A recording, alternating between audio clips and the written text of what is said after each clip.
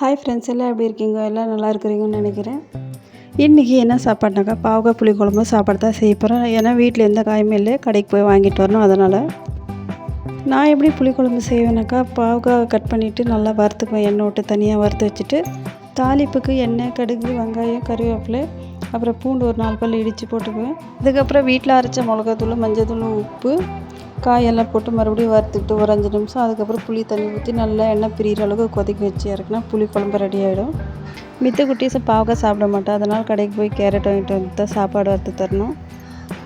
நான் சாப்பாடு செஞ்சதுக்கப்புறம் தான் கடைக்கு போய் எல்லா காய்கறியெல்லாம் வாங்கிட்டு வந்து கொடுத்துட்டு அதுக்கப்புறம் சாப்பிட்டு அவரும் வேலைக்கு கிளம்பிட்டார்.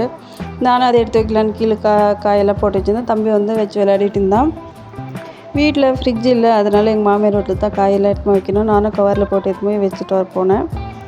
காய்கறியெல்லாம் ஃப்ரிட்ஜில் வைக்கலனாக்கா, வெளியில் வச்சோம்னாக்கா 2 நாள்லேயே காயெல்லாம் வாடி போகுது, இல்லை அழுகி போகுது, எல்லாமே வேஸ்ட் ஆகிடுது.